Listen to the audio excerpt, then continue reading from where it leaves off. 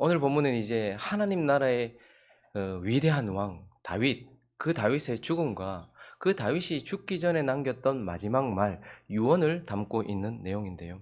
성경에는 몇몇 위대한 믿음의 사람들의 유언이 기록되어 있습니다. 예를 들면 야곱 혹은 모세 같은 사람은 하나님의 백성들을 향한 축복을 마지막으로 남겼습니다. 여호수아, 사무엘 같은 사람의 유언도 기록되어 있는데 그들은 하나님의 백성들을 향하여 도전을 남겼습니다. 오늘 이제 본문에 나오는 이 다윗은 하나님 나라를 향한 명령을 마지막으로 유언으로 내린 것을 보게 됩니다. 즉 하나님 나라의 견고함을 위한 명령, 이것을 유언으로 남겼다라는 것을 보게 됩니다. 다윗이 나라를 세웠습니다. 하나님께서 다윗을 통해서 나라를 세웠습니다. 그런데 다윗은 세워진 나라가 유지되는 것에 머물지 않고 이 나라는 어떻게 해야 된다는 거예요? 견고해져야 된다는 거예요. 한마디로 말하면 강해져야 된단 말이에요. 건강해야 된단 말입니다. 그래서 그것을 위한 명령을, 견고함을 위한 명령을 마지막으로 내리는데 이 다윗의 마지막 유언은 공동체 전체를 향한 지침이요 명령이기도 하죠. 교회 공동체 전체, 하나님 나라 공동체 전체를 위한 지침이기도 하지만 우리 각자의 인생, 한 사람 한 사람의 인생을 향한 지침이기도 합니다. 왜요? 저와 여러분은 왕 같은 제사장이요 거룩한 나라예요.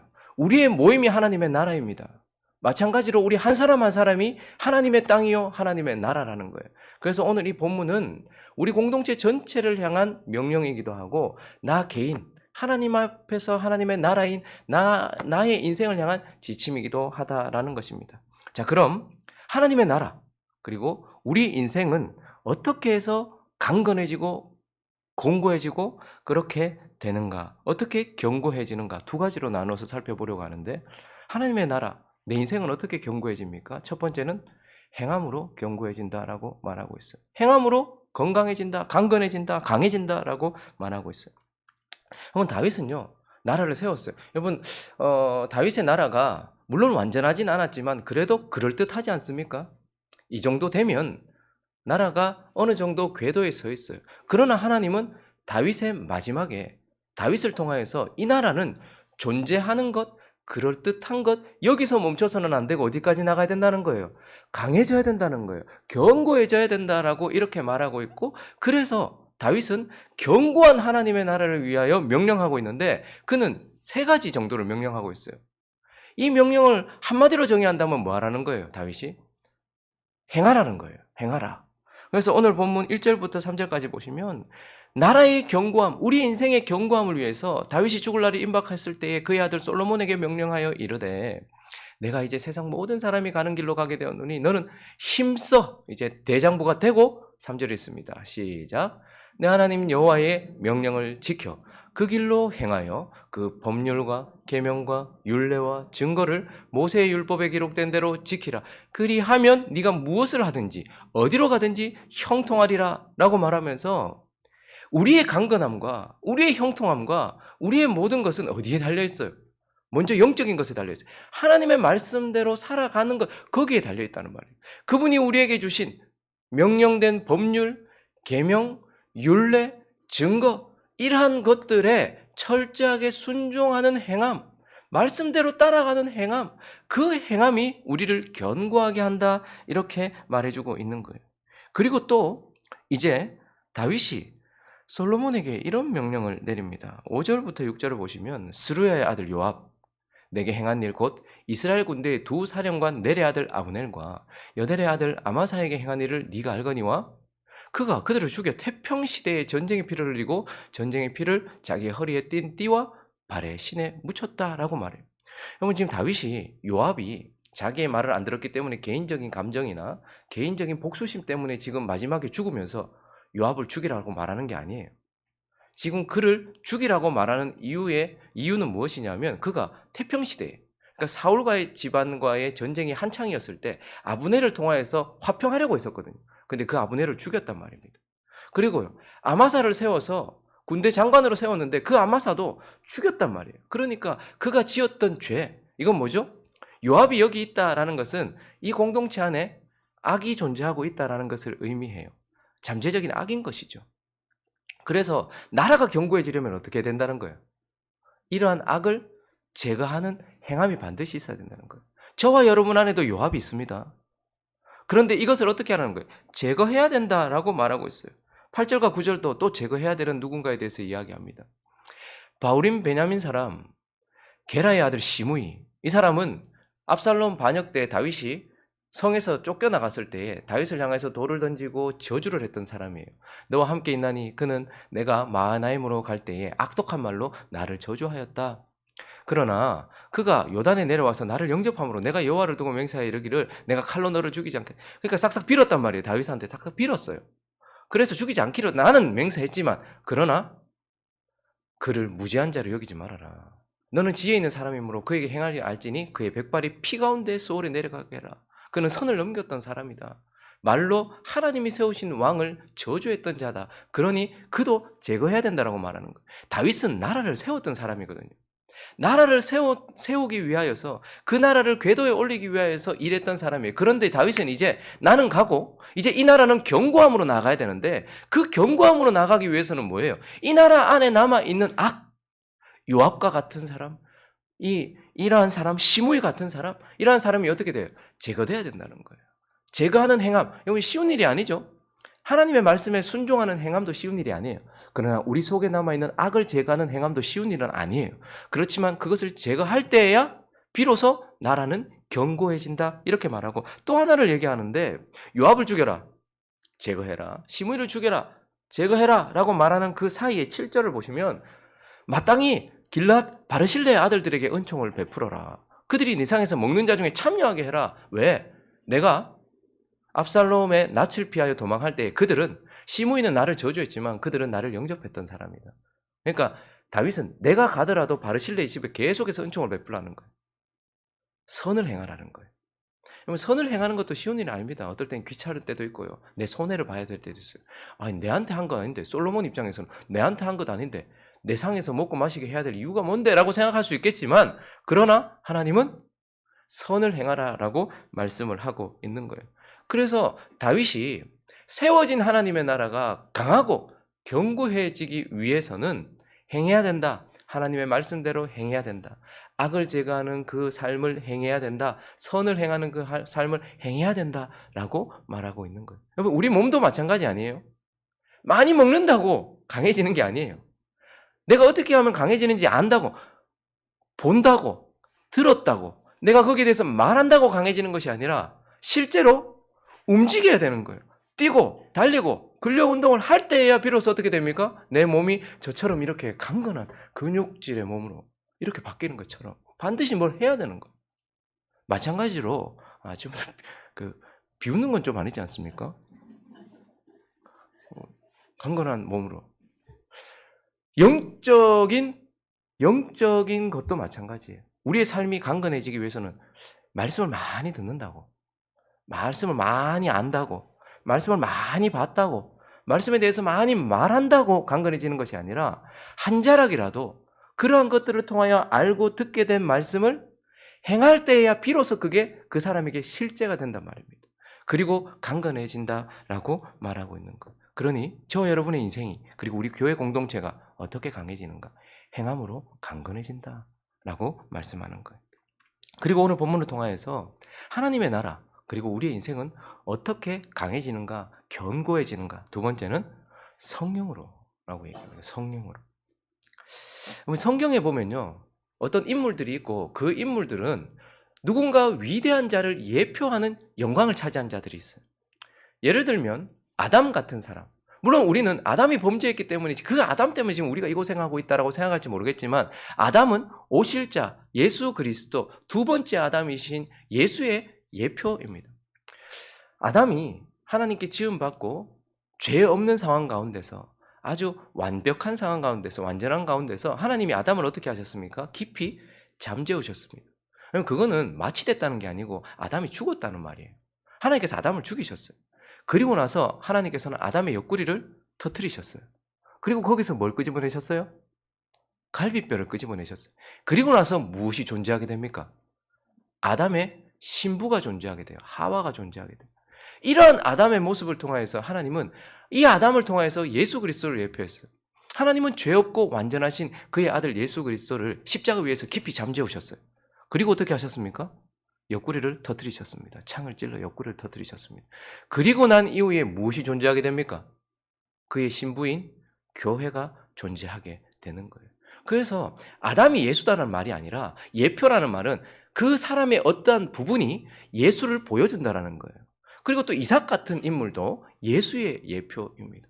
이삭은 아버지에 의하여서 제단에 드려졌던 사람이에요. 그리고 그 위에서요, 반항하지 않고 자기 생명을 아버지께 내어놓았던 사람이 이삭입니다. 그리고 결국 이삭의 그 사건을 통하여서 여호와 이레의 제단이 세워져서 하나님이 우리를 위하여 미리 준비하신다라는 것을 드러냈던 인물이 이삭이거든요. 근데 그 이삭은 결국 누구의 예표인 거예요? 예수 그리스도의 예표인 거예요. 아버지에 의해서 그 십자가 제단 위에 올라가게 되었던, 그리고 그곳에서 자기의 생명을 내어놓았던, 그래서 하나님이 범죄한 우리를 하나님의 자녀 삼기 위해서 미리 예배하신 어린 양이다라는 것을 보여줬던 인물이 이삭이라는 말입니다. 그런데요, 성경에는 함께 예표가 되는 인물들이 있습니다. 홀로가 아니라 함께. 그 대표적인 인물 중에 하나가 엘리야와 엘리사입니다. 엘리야는 어떤 인물입니까? 강한 사람이었어요. 이스라엘 백성 전체를 향하여서 말씀을 선포했고, 특별히 그는 회개하라고 이스라엘 백성 전체를 향해서 너희들 지금 뭐 하는 짓이냐? 아합의 그 강력한 통치 아래에서, 그 부패한 통치 아래에서 그들을 향해서 소리치고 외치면서 회개하라고 말했던 자였어요. 그러다가 그의 그 열심에도 하나도 변화되는 것 같지 않은 그런 상황 속에서 그는 낙심하게 되고 침체하게 되어서 로뎀나무에서 죽기를 구했던 자였어요. 그런데 다시 회복되어서 자신의 끝까지 길을 걸어갔던 사람이 엘리야예요. 근데 이 엘리야는 누구의 예표입니까? 성경이 정확하게 우리에게 가르쳐주고 있어요. 엘리야가 누구를 예표했는가? 마태복음 17장입니다. 12절과 13절 시작. 내가 너희에게 말하노니 엘리야가 이미 왔으되 사람들이 알지 못하고 임으로 대우하였도다. 인자도 이와 같이 그들에게 고난을 받으리라 하시니 그제서야 제자들이 예수께서 말씀하신 것이 세례 요한인 줄 알아요. 세례 요한은요, 강하게 이스라엘 백성 전체를 향하여 회개해라. 천국이 가까웠다. 이 독사의 자식들아. 하나님이 이 돌들로도 아브라함의 자손을 만들 수 있다. 회개에 합당한 열매를 맺어라 라고 말하면서 엘리야처럼 이스라엘 백성 전체를 향하여서 외치고 소리쳤던 자였어요. 그러다가 그가 헤롯에게 너 지금 동생 여자하고 결혼한 거 이거 안 맞다. 하나님 앞에 옳지 않다라고 말했다가 옥에 갇히고, 근데 옥에 갇혀서 그도 침체에 빠졌어요. 그래서 어떻게 합니까? 예수님한테 제자 보내가지고 내가 제대로 본 거 맞습니까?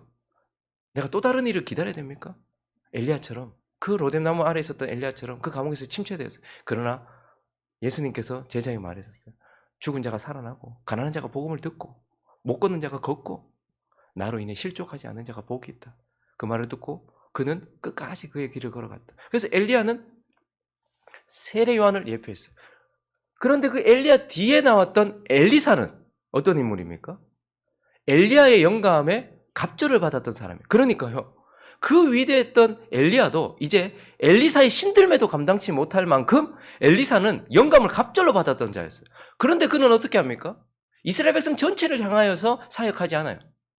저기 묻혀있는 한 사람 한 사람 찾아가가지고 그 사람들을 하나님의 나라로 인도하고 그 사람들을 회복시키는 걸 보게 돼요.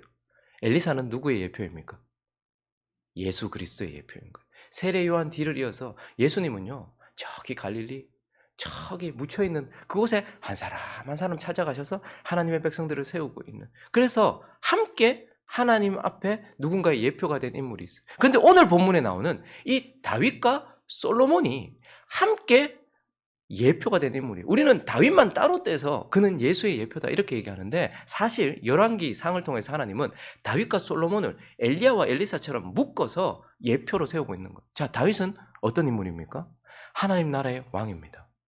하나님 나라의 왕이에요. 근데 그는 어떤 왕이죠? 피를 많이 흘리는 왕이에요. 하나님 나라를 세우기 위하여 피를 많이 흘렸던 왕이에요. 그리고 그의 가장 대표적인 것은 성전을 건축하려고 하는 간절한 마음으로 성전을 건축하기 위한 모든 것들을 준비했던 왕이 다윗입니다. 그러니 다윗은 누구의 예표입니까? 예수 그리스도의 예표인 거예요. 예수 그리스도는 하나님 나라의 왕이십니다. 그리고 이 하나님 나라를 세우기 위하여 피를 흘린 왕이요, 성전을 건축하기 위하여 모든 것들을 십자가에서, 그래서 십자가에서 죽으시면서 뭐라고 말씀하셨습니까? 마지막 말, 다 이루었다. 성전을 건축하기 위한 모든 준비가 마쳐졌다 라고 말했던 이 다윗은 예수 그리스도의 예표인 거예요. 자, 그러면 오늘 다윗의 뒤를 이어 왕위에 앉은 솔로몬은 그러면 누구의 예표인가요? 바로 성령 하나님의 예표인 것입니다. 솔로몬은 지혜의 왕이에요. 지혜로 다스리는 자예요. 그리고요, 솔로몬은 평화의 왕이에요. 실제로 평안을 가져다 주는, 다윗이 만들어 놓은 것을 통하여서 실제로 평안을 가져다 주는 왕이죠. 그리고요, 솔로몬이 등극하자마자 지금 뭐 하고 있는 거예요? 악을 제거하고 있어요. 그래서 솔로몬은 거룩하게 하는 왕이에요. 그리고 무엇보다도 솔로몬은 뭘 합니까? 성전을 건축했어요. 성령 하나님께서는 우리 안에서 실제로 우리에게 평화를 주시는, 평안을 주시는 분, 그리고 성령 하나님은 우리를 거룩해 하시는 분. 성령 하나님은 솔로몬 때가 가장 부강했거든요. 우리에게 실제로 부요를 주시는 분, 무엇보다도 성령 하나님이 그리스도의 십자가와 부활을 통해서 우리를 성전으로 세우시는 분. 그분이 오심으로 인해서 저와 여러분이 뭐가 된 거예요? 예수 그리스도의 십자가로 기반하여 성령이 우리 속에 오심으로 저와 여러분이 뭐가 된 거죠?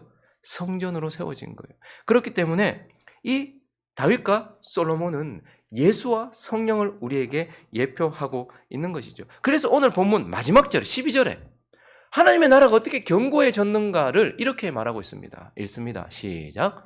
솔로몬이 그의 아버지 다윗의 왕위에 앉으니 그의 나라가 심히 견고해. 솔로몬 때문에 견고해졌다 이 말입니다.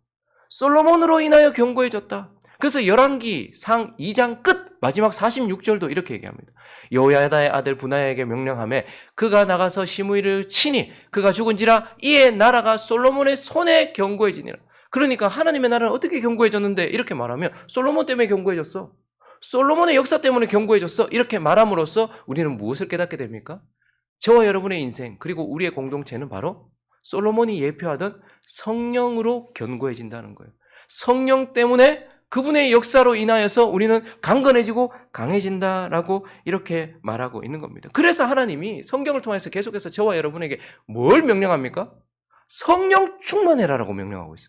저와 여러분이 복음을 받고 예수를 믿을 때 우리는 이미 성령을 받았어요. 근데 그건 성령 세례는 우리가 예수를 믿게 되는 그 순간을 말하는 것이죠. 그런데 하나님은 성령 세례를 받으라고 명령하지 않아요. 우리에게 계속 뭐라고 말합니까? 충만함을 받으라고 얘기하는 거예요. 왜요? 성령이 충만해야 우리가 강건하거든요. 성령이 역사해지면 우리 삶이 행복이 있고 솔로몬이 이루었던 것처럼 우리 삶이 부요해지고 거룩해지고 우리 삶이 성령으로 충만해야지만 성전으로서 역할을 감당하기 때문인 거예요. 그래서 저와 여러분이 성령으로 충만해야 되는 거예요. 솔로몬에 의하여서 그 나라가 견고해졌고 솔로몬의 손에 의하여서 그 나라가 견고해졌던 것처럼 성령에 의하여서 저와 여러분이 견고해지고 성령의 역사로 인해서 견고해지기 때문이에요. 자, 그러면 성령으로 충만하려면 어떻게 해야 됩니까? 성경은 성령을 세 가지로 비유하고 있어요. 먼저 성령을 바람으로 비유해요. 호흡. 그래서 성령은 바람으로 비유되기 때문에 우리가 주관할 수 있다 없다? 있다 없다. 바람은 임의로 불어요. 바람은 하나님의 뜻대로 부는 거예요. 그러니까 성령은 우리가 마음대로 주관할 수 없어요. 그렇기 때문에 어떻게 해야 되는 거예요? 간절히 구해야 되는 거예요. 성령을 마치 조절할 수 있는 것처럼 성령을 자기 마음대로 다스릴 수 있는 것처럼 그렇게 행하는 사람들은 성령으로 충만할 수 없어요. 성령은 바람처럼 임의로 불어요. 그렇기 때문에 우리는 겸손하게 하나님 앞에 성령을 구해야지 성령으로 충만해진다는 것. 그리고 또 하나 성령은 물로도 비유돼요. 강으로 비유되고 생수로도 비유되죠. 그러니 이 물은 어디에 모입니까? 어디에 물이 가장 많이 모입니까? 낮은 곳에 모이죠. 그러니 우리가 성령으로 충만하기 위해서는 자기 자신을 낮춰야 되는 거예요. 이 땅에서 가장 성령으로 충만했던 분이 예수 그리스도예요. 그런데 왜 예수 그리스도가 성령으로 충만했을까요? 예수가 하나님의 아들이니까 충만했지. 아니요. 성경은 그렇게 얘기하잖아요. 예수가 가장 자기를 낮춘 분이기 때문에 성령으로 충만했다고 얘기해요. 신이 인간이 되셨고 의로운 분이 죄인이 되셨고 하늘에 계신 분이 땅에 내려오셨어요. 그런데 그분이 어디까지 내려가셨습니까? 예수께서 세례를 받으실 때 어디에서 받으셨어요? 예수님은? 요단 강가에서 받으셨어요. 사해 근처에서 받으셨어요. 지구상에서 가장 낮은 곳입니다. 해수면보다 더 낮은 곳이 사해 지역이에요. 요단강이에요. 예수는 가장 낮은 곳으로 가셨어요. 거기서 또 그 물 안으로 잠기셨어요. 그러니까 예수는 그 누구보다 자기 자신을 낮추셨던 분, 겸손하셨던 분이에요. 그러니까 예수에게 성령이 충만할 수밖에 없었던 것이죠. 교만한 사람들은 성령으로 충만할 수 없습니다. 육으로 충만해요. 그런데 우리가 성령으로 충만하기 위해서는 하나님께 구해야 돼요. 그리고요, 겸손해야 돼요. 그리고 또 하나, 성령을 뭘로 비유하죠? 불로도 비유합니다. 호흡, 바람으로 비유하시고 물로도 비유하시지만 불로도 비유해요. 하나님의 성령을 거룩한 불로 비유한단 말이에요. 자, 그러면 이 불은 어디에 내립니까? 하나님이 말씀에 순종하여 성막을 건축했던 그때에 그 성막의 제단에 거룩한 하나님의 불이 내려요. 가장 거룩한 곳에 그 불이 내린단 말입니다. 성전에 그 불이 내렸어요. 그러니 성령으로 충만하기 위해서는 어떻게 해야 됩니까? 우리가 거룩해야 돼요. 정결해야 돼요. 우리가 자꾸 성령 충만을 입으로 구하는데요. 주여 성령으로 충만하게 해주십시오. 그래야지 내가 풍요롭고 그래야지 내가 거룩해지고 그래야지 내가 성전으로서 역할을 감당합니다. 성령 충만하게 해주십시오 라고 말하면서 하나님께 제대로 구하지 않고 겸손하지도 않고 거룩하지도 않으면 성령으로 충만할 수 없어요. 이건 입으로 구한다고 되는 게 아니거든요. 간절히 구할 때에, 그리고 우리를 낮출 때에, 그리고 우리가 실제로 거룩할 때에 성령이 우리 안에서 충만하게 역사한다는 거예요. 그래서 그 성령으로 충만할 때에 저와 여러분의 인생이 견고해지고 강건해진다, 이렇게 말씀하고 있는 것입니다. 말씀을 정리하겠습니다. 다윗은 그 나라를 이만큼 세웠으니 솔로몬에게 이제 잘 유지해라 이렇게 말하지 않아요. 하나님은 이 세워진 나라는 어떻게 된다는 거예요? 강해져야 된다, 견고해져야 된다 라고 명령하고 있는 겁니다. 오늘 이 말씀을 통해서 저와 여러분에게도 말씀하십니다. 너희가 하나님의 나라가 되었다, 예수를 통하여. 그러나 이제 성령 안에서 우리는 어떻게 된다는 거예요? 강해져야 된다는 거예요. 저와 여러분의 인생이 견고해져야 되고요. 행복한 우리 교회가 5년 전에 여기 세워졌는데 저와 여러분이 속해 있는 이 공동체가 그저 여기 존재하는 것으로만이 아니라 강건해야 돼요. 건강해야 되고 견고해야 된다라고 말해요. 어떻게 견고해집니까? 행함으로써. 말씀대로 행하고 악을 제거하고 선을 행함으로써 견고해진다. 그리고요, 성령으로 견고해진다 라는 것을 기억하면서 우리의 삶을 행함으로 드리고 하나님의 성령을 구함으로써 강건한 인생 살아가시기를 예수 그리스도의 이름으로 축원합니다.